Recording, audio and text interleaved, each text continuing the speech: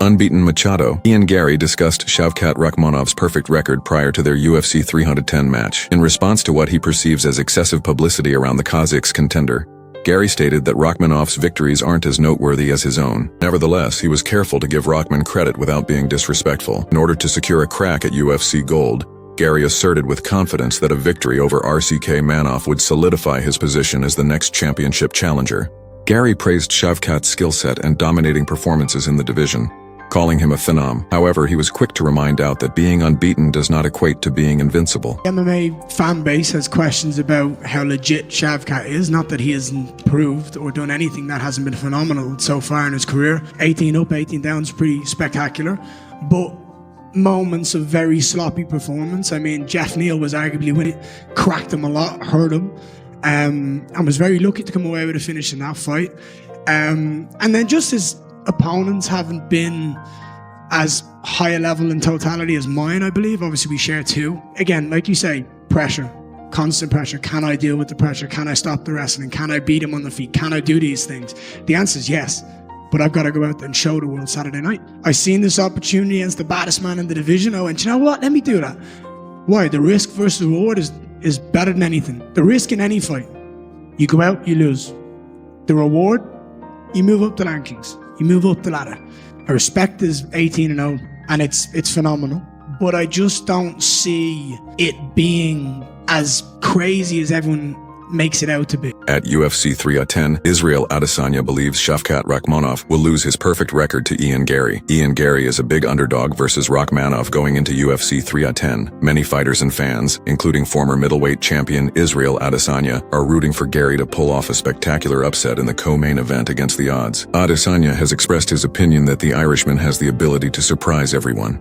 Quote, as a supporter of technical prowess and accomplished combatants, this appeals to me. On his YouTube channel, the two-time middleweight champion said, this is what this sport is about. Gary and Rakhmonov's prior training together isn't given much attention by STNA, although he did admit that many people might be underestimating the underdog's grappling prowess. It's true that they had both trained with one another. It wasn't in depth, but you may learn things from someone if you move around with them frequently enough. The second Irish sensation I've struggled with is Ian. He can wrestle well. I had to get him off of me after he got on my back. He is smooth and adept at assembling things. Izzy said that Rakhmonov is just someone who can figure out how to win in any aspect of the fight game, but he continues to support underdog Gary in order to win in Las Vegas. Although I enjoy this fight, I'll side with Machado Gary.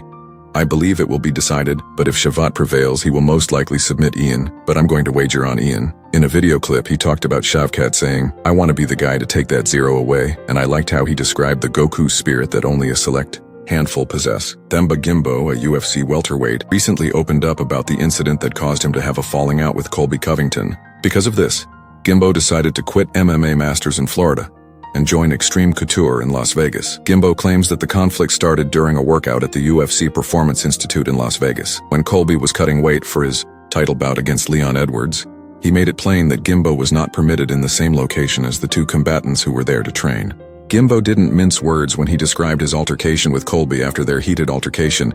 In an interview with MMA Fighting, Gimbo disclosed that he went straight to Covington and gave him a warning, stating, every action a man takes, whether it's today or next year, has consequences. It will cost you money. Gimbo continued by revealing a sparring match in which he caused Colby to bleed, implying that their tension had already shown itself in physical interactions rather than merely verbal ones. Gimbo remarked, you have to ask him what happened when we last sparred. I'm not sure who was bleeding between the two of us. He'll tell you that one of us was. With me, he went too far.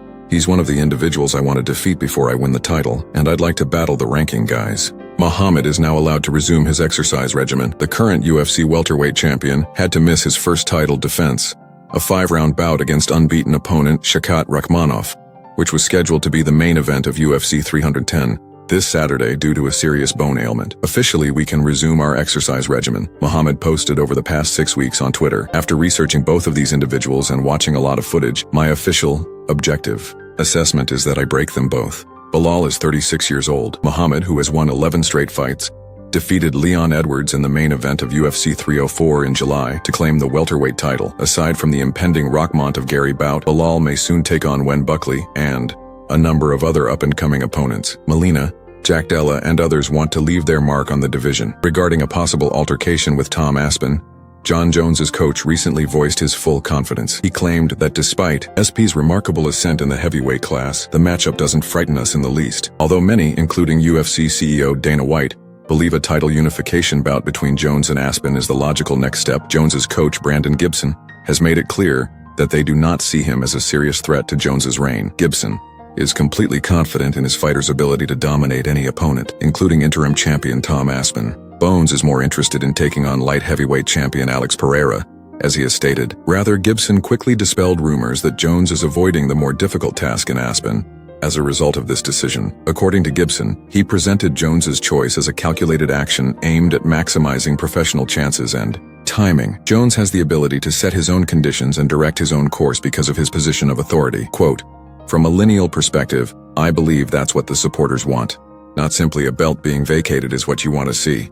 The belt being paid. I always tell John, though, that he owes no one anything. That November 16th night in the UFC, we owed Stipe. We were due that. John isn't avoiding anyone, but we'll see if the negotiations can be completed successfully. In fact, I believe Tom Aspen will have a difficult time against John. Tom's average fight time of 2.5 minutes is obviously something we haven't seen. Tom hasn't shown us much, but that's also to our advantage." In a video that Full Senma shared, former UFC light heavyweight champion Jamahal Hill entered the UFC PI a short while ago and challenged current champion Alex Pereira. Pereira and a group of individuals attempting to separate are shown being violently pressed by Hill.